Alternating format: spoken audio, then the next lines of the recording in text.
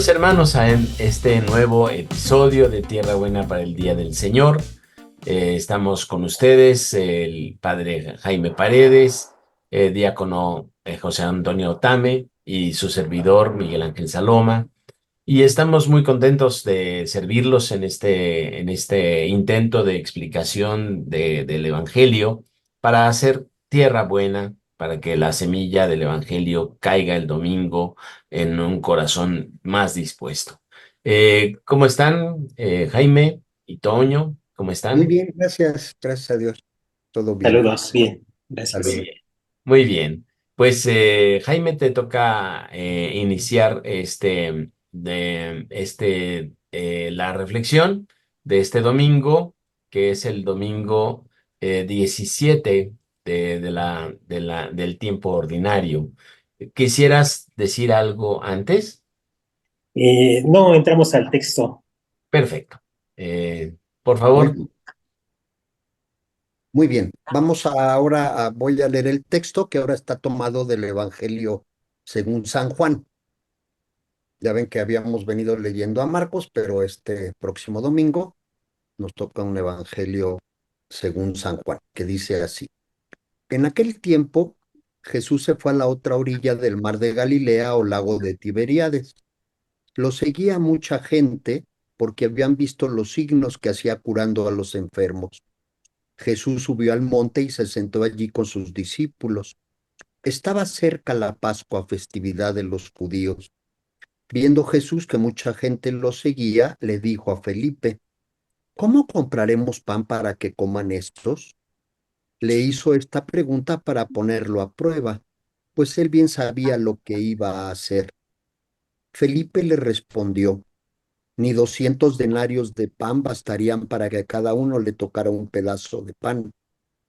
Otro de sus discípulos, Andrés, el hermano de Simón Pedro, le dijo, aquí hay un muchacho que trae 5 panes de cebada y 2 pescados, pero ¿qué es eso para tanta gente?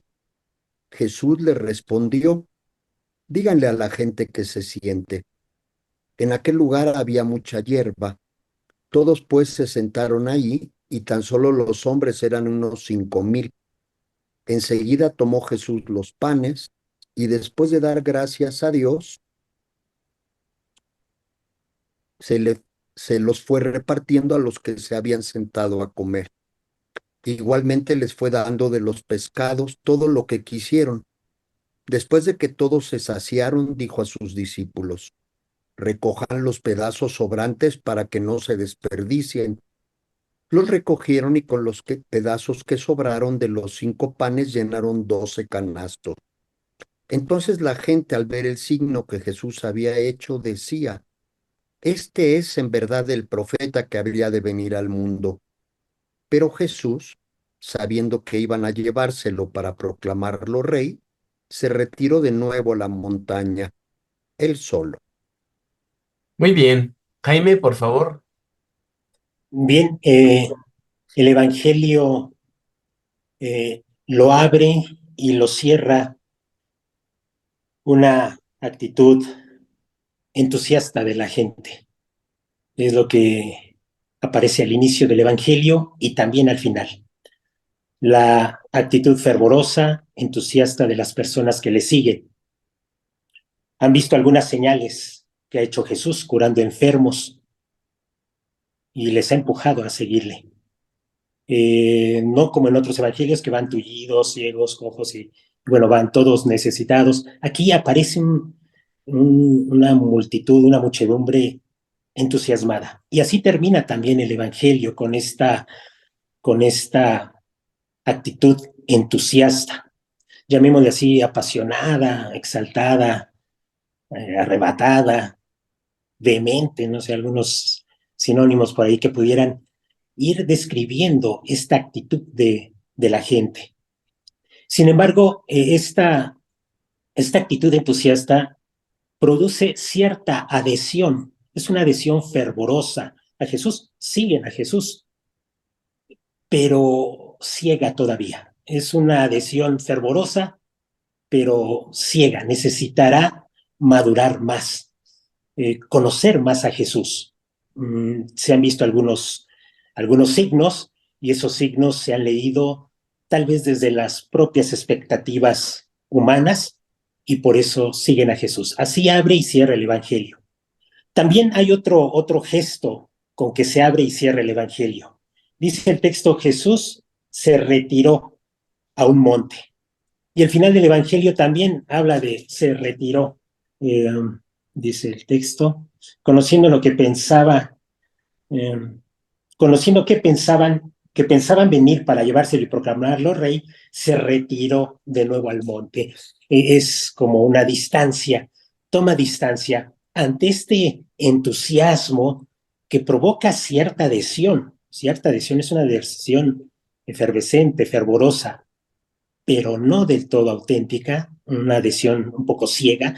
Nos adherimos y agarramos a Jesús con nuestras necesidades y todo, y bueno, ahí vamos. Se retira Jesús. Igual, el Evangelio abre y cierra con esta actitud entusiasta, pero también con esta actitud de Jesús de retiro, de retirarse al monte, con todo el simbolismo que significa el monte. Es este lugar de encuentro con Dios, con el Padre. Bueno, en medio de ese escenario tan entusiasta, tan efervescente, que produce esta adhesión un poco arrebatada, pero ciega, aparece Jesús sentado y enseñando. Eh, Esto de sentarse en el monte y con sus discípulos, pues a mí me llama la atención, es como un gesto de enseñanza del maestro. Eh, Vemos esta actitud también en el Evangelio de Mateo, con el Sermón de la Montaña, cómo Jesús se sienta y enseña. Bien, pues en el centro de ese vaivén de las personas con ese entusiasmo mesiánico, porque decían, ya este es nuestro, cumple todas nuestras expectativas, Jesús se sienta y enseña. ¿Qué es lo que enseña? Dice el texto que levantando los ojos vio al gentío que acudía a él. ¿Sí? Un cierto seguimiento, una cierta adhesión, pero Jesús lo que muestra a sus discípulos es que aquella gente fervorosa sigue teniendo hambre, tiene hambre, todavía tiene sus propios vacíos. El entusiasmo, el fervor con que lo siguen, solamente ha cubierto, medio cubierto un poco ese hueco que a veces llevamos, pero Jesús lo ve. ¿Qué hacemos para darle? ¿Dónde compraremos para darles de comer? Esa es la pregunta, sabiendo Jesús lo que iba a hacer. Pero Jesús va enseñando a sus discípulos, está Felipe, está Andrés, yo creo que los demás ahí también estaban, menciona a estos dos discípulos y les va enseñando, miren aquella gente, ¿qué les vamos a dar para comer? Que tienen hambre, su seguimiento aún no les sacia, su seguimiento todavía es incipiente, su seguimiento es apenas un paso todavía torpe. Y Jesús les dice a sus discípulos, ¿qué les daremos para comer? Entonces, esa es la primera enseñanza. El compromiso de Dios se compromete con ellos a saciar al pueblo. Esa es la primera enseñanza. No solamente mira el hueco, el vacío, la necesidad del ser humano que tiene hambre, sino que va a revelar también este magnífico misterio. Dios sacia a todos nosotros, Dios nos sacia, Dios sacia al hombre. Pues que vamos con todas nuestras pretensiones, con todos nuestros proyectos, Dios va a saciarnos. Y entonces aquella gente que le sigue tan intenso, el mandato que reciben es que se sienten, que se detengan un poco, que tomen asiento, que se reclinen, dicen algunos, como si estuvieran en ya un banquete, que se reclinen, se sienten. Viene como la muestra de lo que Dios va a hacer. De hecho, aparece Jesús en este texto con el lenguaje propiamente eucarístico. El lenguaje eucarístico es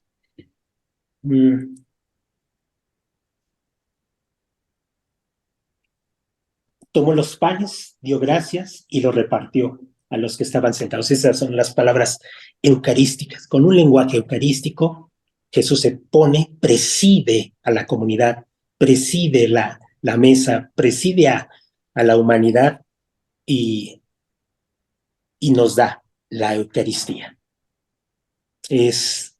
Ahí es donde se va a centrar la gente que podemos seguir a Jesús con todo lo que traemos en la vida, detenernos para ir descubriendo qué significa la Eucaristía, qué significa este gesto de partir el pan y darlo. Bien, otra cosa que también aprendieron los discípulos, bueno, que enseñaba Jesús allá a los discípulos es, humanamente no lo puedes saciar, no puedes saciar a la humanidad con tus propias ideas, conocimientos, todo lo que humanamente quisieras hacer por ellos. No es posible, esa es otra enseñanza. Felipe mismo lo dice, ¿no? Ni 200 denarios alcanzarían para esto. No es posible. Pero solo en una acción comunitaria, solo en una acción de comunidad con Jesús, solo en una relación profunda con Él, entonces aquello que es pequeño puede ir saciando, pero solamente en la relación con Jesús, solamente en este vínculo. Dice el texto que le llevaron a un joven con 5 panes, 2 pescados, y Jesús dice que se sienten, y a partir de como de esta oferta de nuestra pequeñez con la grandeza de su amor, es entonces como se va a ir haciendo palpable que el hombre quede saciado de verdad desde su interior, desde su corazón. Ya los sienta todos, vienen las palabras eucarísticas. ¿Y cuáles son? ¿Cuáles son estos rasgos de la Eucaristía que pues necesitaríamos ir valorando constantemente, viviéndolos constantemente? Son 2 escenarios desproporcionados. Jesús que se da y el hombre con su incapacidad de saciar, pues nos encontramos ahí con Jesús. Es en esta experiencia eucarística donde, bien, podemos ver algunos elementos que podríamos valorar en la Eucaristía. Solamente los señalo. Es todo el discurso de Juan 6, todo el discurso que va a acabar con la profesión de fe de Pedro. Señor, ¿a quién iremos? Tú tienes palabras de vida eterna, con una adhesión mucho más fuerte, más concisa. Ya no es el entusiasmo de la gente que lo busca para hacerlo rey y coronar sus propias expectativas, no, sino a partir de esta vivencia eucarística, entonces viene una fe mucho más profunda, más seria, pues más responsable, o sea, respondo desde mí, mucho más consciente, un poco más. ¿Cuáles son estos elementos eucarísticos que aparecen en todo el discurso que viene después, en el capítulo 6? Pues primero, Jesús es el alimento que no se acaba, que no perece. Es el alimento. Busquen el alimento que no perece, que dura para la vida eterna. Jesús. Es esta relación con Jesús lo que nos da, es el alimento que necesita el ser humano. Nuestra relación con Jesús. Esta relación es un don de Dios. Ha bajado del cielo, es el pan bajado del cielo. No lo conquistamos nosotros, aunque tengamos mucho fervor y vayamos detrás de él con todas nuestras expectativas. Es un don que se nos ha dado. Es un don al que hay que acercarnos con humildad, diciendo, pues esos son panes y pescados, ¿no? Son 5 panes, 5 panes, 2 peces, pero esa presentación humilde es la que nos alcanza a meter en esta relación con el poder amoroso de Dios. Otro detalle de esto del discurso eucarístico de Jesús es pan de vida, es bajado del cielo y es pan de vida. Va a dar la vida, va a saciarnos. Y finalmente, el capítulo 6 va a presentar este detalle eucarístico como el sacrificio. Hay un sacrificio. La carne, mi carne es verdadero alimento, mi sangre es verdadera bebida. Se convierte en un sacrificio y sabemos todos pues que es la cruz. La Eucaristía nos lleva a vivir el misterio de la cruz, del ofrecimiento amoroso de Dios. Y Y pues es allí lo que podemos valorar, lo que yo podría ahí aportar un poco de este texto, que es pues muy, muy profundo, pero toco algunos puntos. Muy bien. Toño.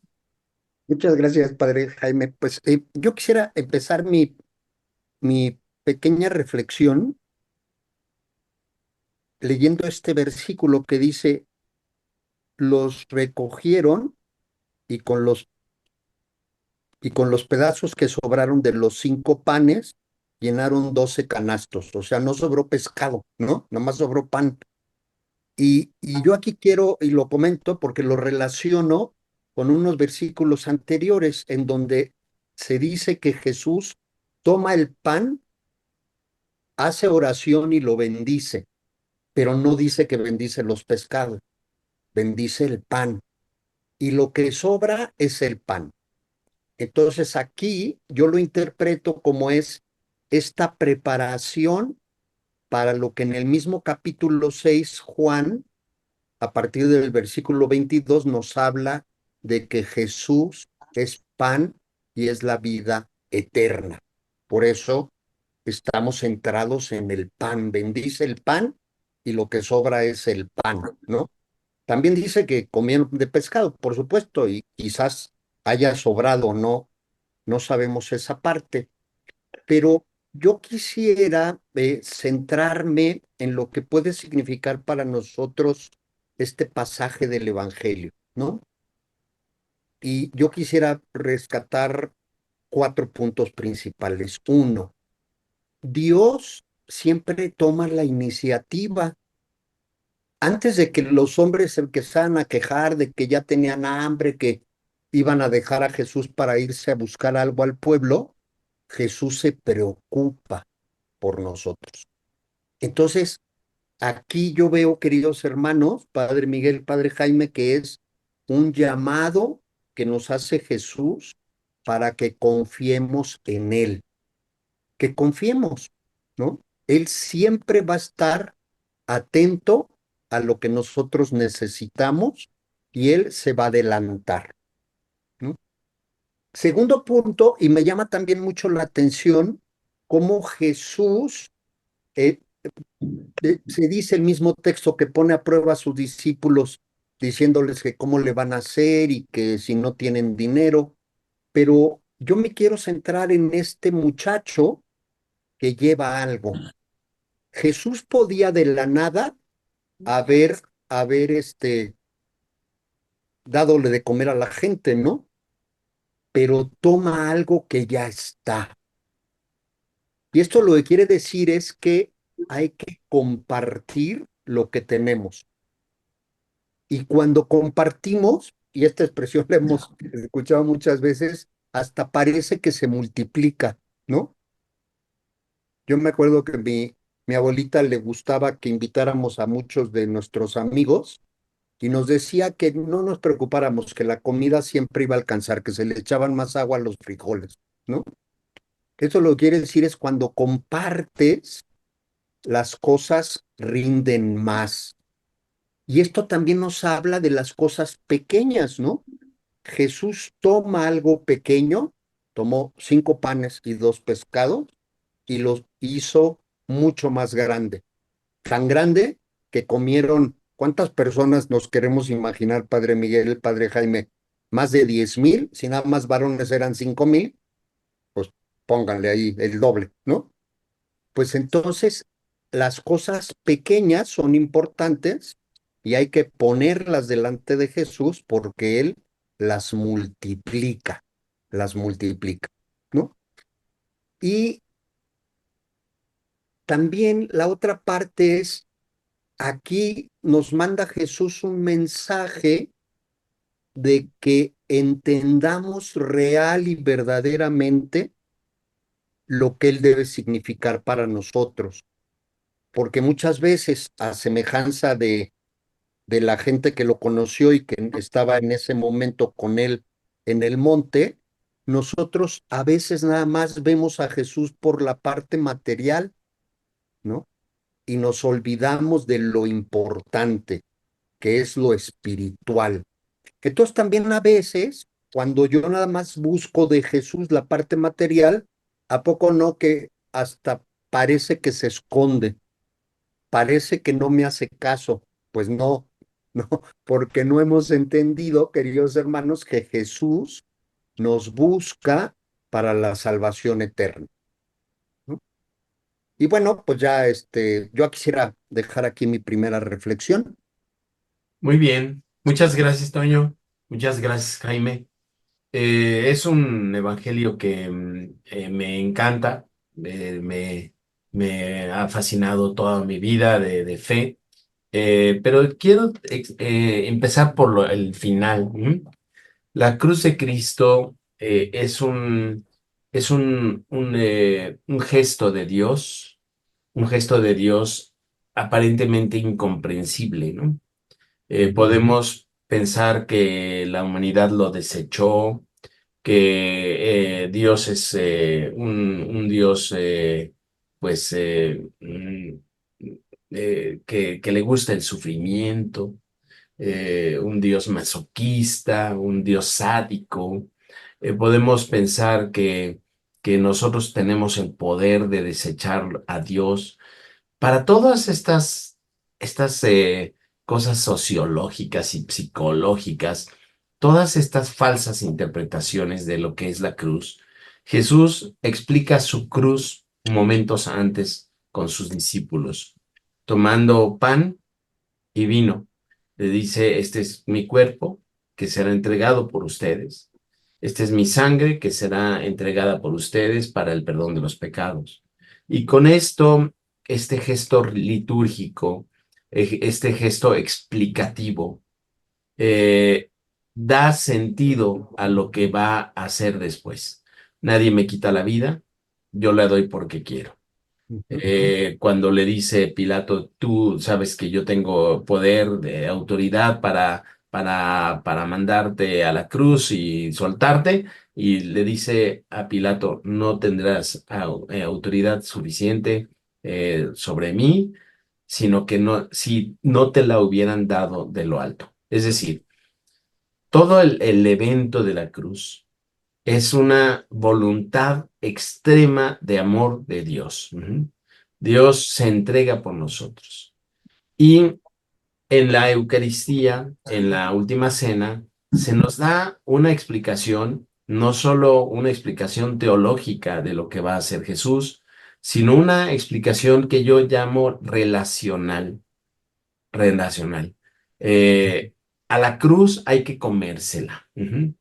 Hay que comerse a Jesús en la cruz, porque comer es interiorizar los elementos, es entresacar los elementos de la vida del alimento.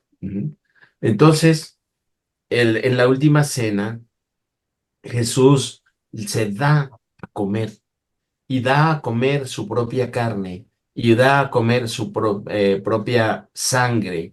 Y con este comer, nosotros asimilamos la vida que nos viene de la cruz. Esto es un aspecto muy profundo de cosas muy sencillas.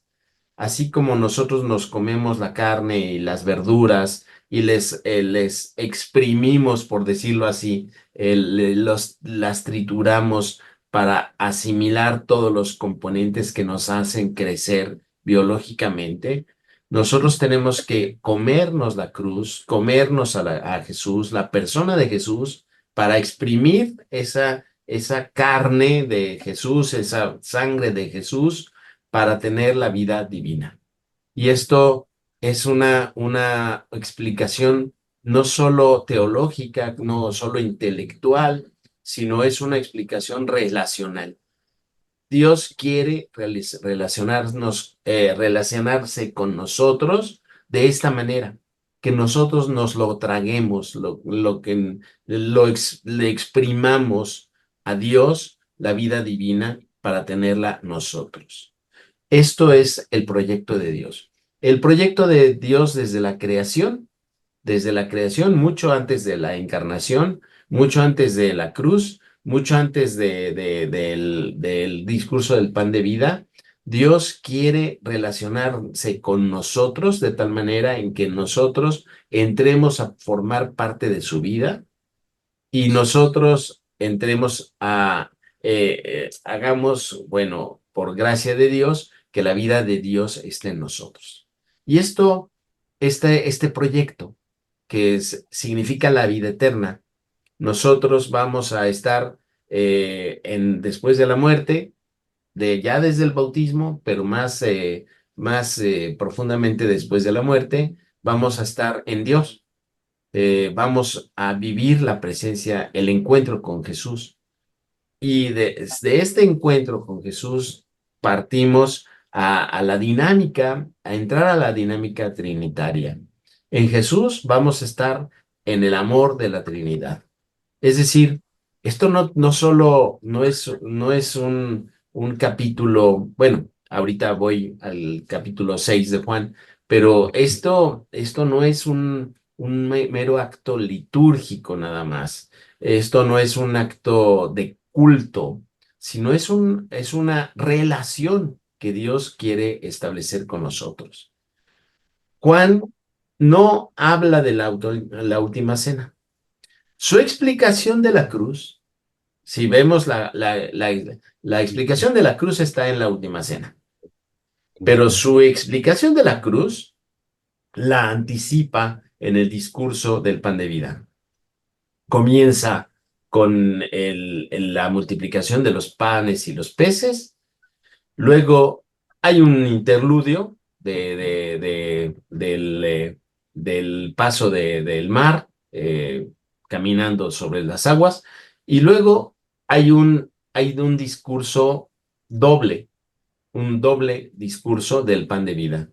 Primero se presenta como la sabiduría, que hay que comerse, y luego se presenta como el cuerpo y la sangre, que hay que comerla, hay que asimilarla. En este discurso, en este episodio de la multiplicación, vemos a un nuevo Moisés que da no el maná, no el maná, ya luego aclarará, sus padres comieron el maná y murieron. El que come de este pan que yo les voy a dar, no morirá jamás. Es decir, este Moisés que manda sentarse, a reclinarse, como era una actitud de libres. Los esclavos no podían sentarse a comer, si se sentaban no se reclinaban. En el mundo romano, el reclinarse significaba un estatus social de libres, de personas que tenían en sus manos sus vidas, ¿no? En sus manos sus vidas. Manda reclinarse en el sentido de libertad y les da de comer. Y no les da de comer como una comida inútil, les da de comer una comida del cielo. Y esto nos explica no solo la última cena, sino que esta es la explicación de la relación que Jesús quiere tener con nosotros. Y esto me parece lo más importante. Aquí tenemos al muchacho. Yo también pongo la mirada mucho en el muchacho, que es un muchacho que no sabemos su nombre, que solamente se atreve a hacer el ridículo, se atreve a hacer el ridículo, porque es un ridículo, verdaderamente es un ridículo muy grande, proponerle a Jesús 5 panes y los 2 pescados para tanta gente. Y el Evangelio le dice, pero ¿qué es eso para tanta gente? Se atreve a hacer el ridículo. Y este atreverse a hacer el ridículo me parece que a lo largo de mi vida ha sido un detalle de mucha espiritualidad. Cuando yo veo la realidad, digo, pero ¿qué puedo dar yo en esta realidad? ¿Y qué podemos dar contra la violencia del país, contra la crisis humanitaria de la migración, qué podemos hacer contra la corrupción y la violencia, qué podemos hacer contra el maltrato de los niños, qué podemos hacer con la ecología. Esto nos sentimos ridículos, pero más que sentirnos ridículos, tenemos que ser ridículos, a ofrecer en ese sentido lo que podemos dar, lo poquito que tenemos, porque la generosidad va a ser utilizada por Dios para hacer llover. A mí me encanta y lo cito mucho, esta canción del Yen Verde, que a la vez refiere palabras de Chiara Lubich, en el sentido de que las lágrimas que nosotros derrochamos, se nos salen de los ojos, esas son las lágrimas que Dios hace, por las que hace llover en la humanidad. Poco podemos entregar, pero eso poco Dios lo multiplica. La multiplicación no solo son de los peces y los panes en sólido, en material, sino la multiplicación valiosa de esto es un muchacho anónimo que tiene la fortaleza para quedar en ridículo, y ese ridículo lo multiplica a Jesús en un beneficio para todo el mundo. Eh, Perdonen que me alargue, pero me parece muy importante. Jaime, muy bien, no, yo lo dejaría ahí.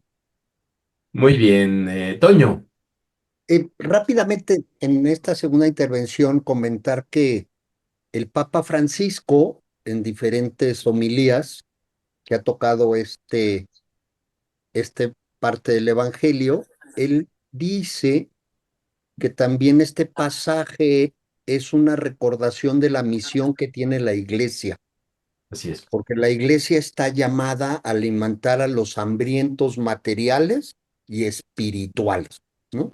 Entonces, la Iglesia no puede perder de vista esta misión que le ha sido encomendada por Jesucristo, y también comenta de manera muy importante que también este Evangelio nos habla de lo que debemos de compartir, Ujú. que no debemos de atesorar, que no debemos de ser egoístas y únicamente pensar en nosotros, sino tenemos que abrirnos y compartir con los demás.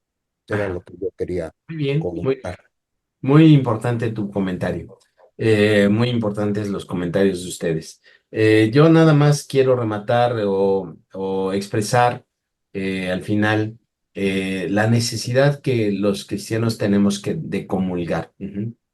Se ha vuelto una moda o una carencia el que mucha gente no comulga. Ujú.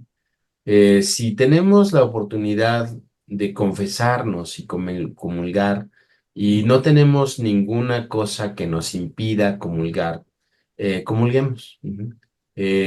Conscientemente, no rutinariamente, conscientemente de que estamos haciendo caso de la relación que Dios quiere entablar con nosotros, de ir asimilando la persona de Jesús, sacramentalmente. Las personas que no pueden comulgar por alguna cosa, pues que viven en una irregularidad matrimonial, pues esa es la única que yo veo ahorita. Hagan una comunión espiritual, pero las personas que pueden confesarse y comulgar, confiésense y comulguen. No es necesario confesarse cada vez que se va a comulgar. Esto es una desviación, una incomprensión de lo que es el sacramento de la Eucaristía. No necesitamos confesarnos antes de ir a comulgar. Debemos confesarnos cuando tenemos pecados graves que nos impiden ir a comulgar abiertamente. Pero si no tienes pecados graves, si no te has confesado, recientemente, no importa, comulga, comulga. porque es la manera en que nosotros hacemos caso del proyecto de Dios, de hacernos disfrutar de la vida eterna. Ujú. Bien, pues si no haya otra cosa, pues nos despedimos deseándoles que la palabra de Dios caiga en tierra buena este domingo, que para que disfrutemos el Evangelio y pues nosotros nos despedimos y hasta la próxima. Hasta la Bendiciones. próxima.